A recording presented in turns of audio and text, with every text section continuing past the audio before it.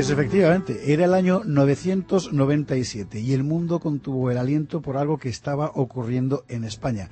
Almanzor destruía Santiago de Compostela.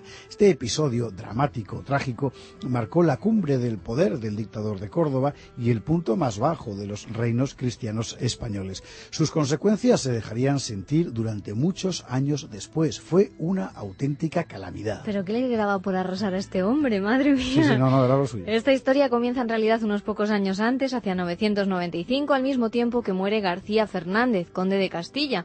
Es entonces cuando empiezan a dibujarse las fuerzas que conducirán a la catástrofe compostelana. La situación general es extremadamente confusa, pero vamos a intentar explicarla. A ver qué pasó.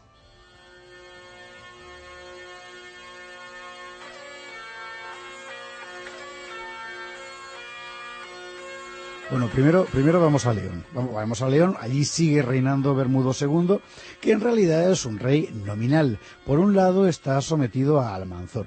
Por otro, quienes de verdad ejercen el poder son los condes en sus respectivos territorios y lo ejercen, a su vez, sometidos también a Almanzor.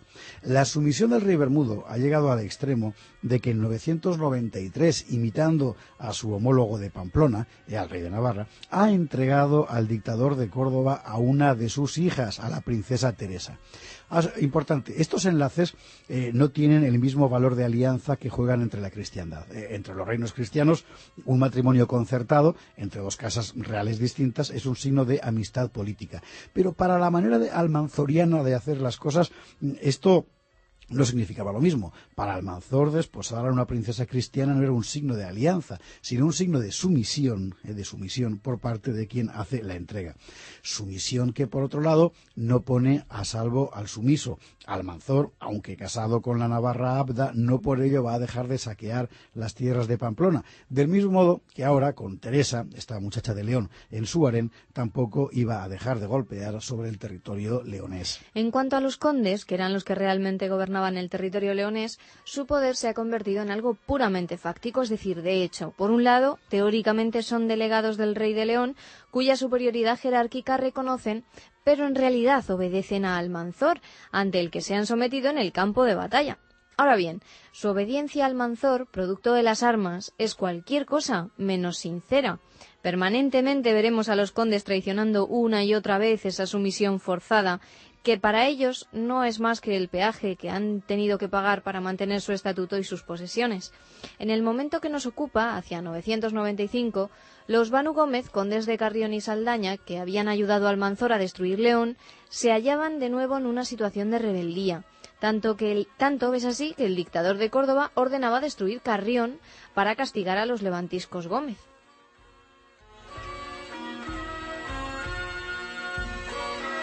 Hay otro dato que meter aquí en el cóctel, otro elemento para añadir al paisaje, que es el caso Piedraseca. ¿La recuerda usted? A la altura del año 989 se había fraguado una conspiración palaciega para acabar con Almanzor en Córdoba. En la conjura estaban un hijo de Almanzor, Abdalá, y el gobernador de Zaragoza. Quien encabezaba todo era el gobernador de Toledo, un omeya llamado Abdalá Abdelaziz y conocido como Piedraseca. Bueno, la conspiración terminó muy mal. El gobernador de Zaragoza fue decapitado por su propio hijo.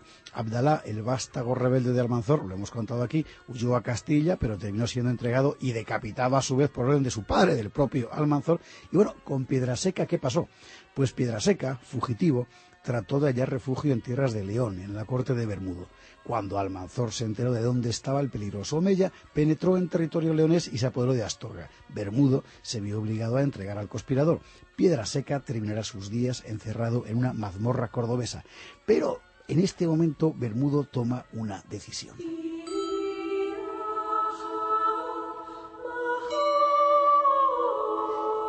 La decisión del rey Bermudo era arriesgada, atacar a Almanzor, menos mal. Quizás el monarca leonés se sentía humillado. Claro, entregar a su hija Teresa no había servido para poner a salvo sus tierras. Quizá Bermudo creyó que ahora, con los de Carrión y Saldaña apaleados por Almanzor, sería posible recuperar el liderazgo de la corona frente al moro opresor. O quizás el ejemplo del castellano García Fernández, independiente hasta el sacrificio, no había caído en saco roto. Bueno, por cualquiera de estas razones o por todas a la vez, el hecho es que el rey de León decide hacerse fuerte. Sabe que en Córdoba hay problemas, Almanzor está ocupado con una nueva rebelión en el Magreb y con las maniobras palaciegas de la viuda Sub, Aurora, así que aprovecha la situación para recorrer Asturias, reclutando tropas, reconciliándose con los Banu Gómez, siempre me confundo con los otros, y disponerse a la guerra. Y lo hace abiertamente con un gesto que no deja lugar a dudas. En 996, Bermudo deja de pagar tributo a Almanzor. O sea que valiente Bermudo, en fin, por una vez, pero la reacción de Almanzor fue inmediata y se propuso infligir a la cristiandad ya no una derrota militar, sino algo más fuerte, una afrenta en sus convicciones más íntimas, en su orgullo más profundo. ¿Y cuál podía ser esa afrenta? Pues devastar el santuario más preciado de los cristianos, Santiago de Compostela. La expedición mora partió de Córdoba el 3 de julio de 997. Almanzor movilizó cuantos recursos pudo.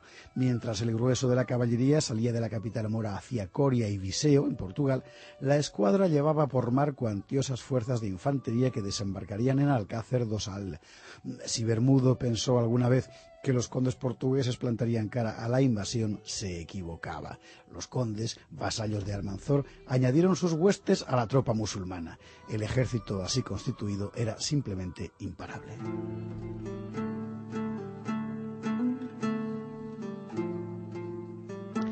Los invasores cruzaron el Duero, después sin oposición el Miño. Por el camino van dejando su rastro, destruyen castillos, como el de San Payo, arrasan cuantos monasterios se encuentran, como el de San Cosme y San Damián. Los lugareños corren a refugiarse en bosques e islas. Los moros van a buscarlos y los hacen prisioneros. Serán cautivos para el mercado esclavista cordobés. La crónica mora es muy generosa en detalles. Nos cuenta cómo Almanzor atraviesa llanuras, cruza montañas. Donde el paso no es fácil, despliega una unidad de zapadores para que, con herramientas de hierro, ampliara los pasos y allanara los senderos. Un cuerpo de ingenieros en el siglo X, el dato es elocuente sobre la potencia militar de Córdoba. El 10 de agosto llegaron a Santiago. El obispo de la sede jacobea, Pedro de Mezonzo, había tomado la providencia de evacuar la ciudad. Los habitantes abandonaron sus casas y buscaron refugio en los bosques cercanos. Dice la crónica mora que en Santiago no había más que un hombre, un anciano monje que no había huido, sino que permanecía sentado junto a la tumba. ¿Por qué estás aquí?, preguntó Almanzor al monje.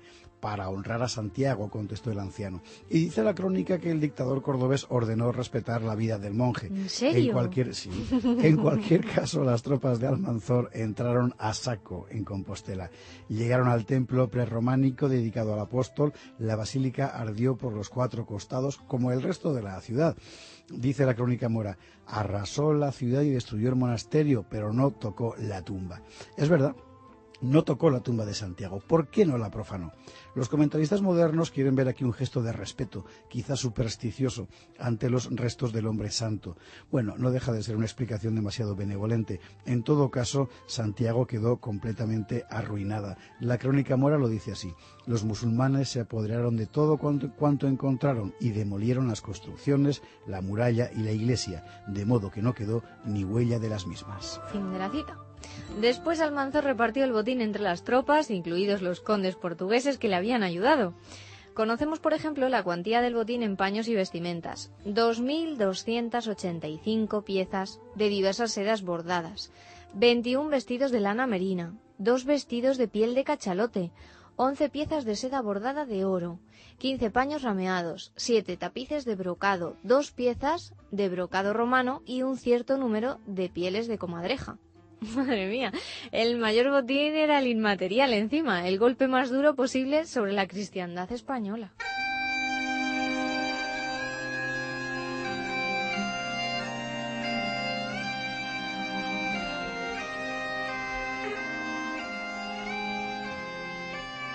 Bueno, una leyenda bastante verosímil dice que una columna de prisioneros cristianos fue obligada a cargar con las campanas del templo jacobeo para llevarlas desde Santiago hasta Córdoba. Esas campanas volverían a Santiago 2 siglos y medio después, a espaldas de prisioneros musulmanes, cuando Fernando III el Santo las recupere para la cristiandad. Pero de momento, la expedición musulmana contra Santiago daba la medida del poder de Almanzor. Es verdad que el culto al apóstol no remitió, porque después de todo allí seguía la tumba y la ciudad ahora además había quedado ennoblecida con la huella del martirio. Pero en todo caso, no cabía mayor expresión, la expresión más patente de la debilidad cristiana que esta inmensa humillación. La ruina de Santiago fue el máximo triunfo de Almanzor.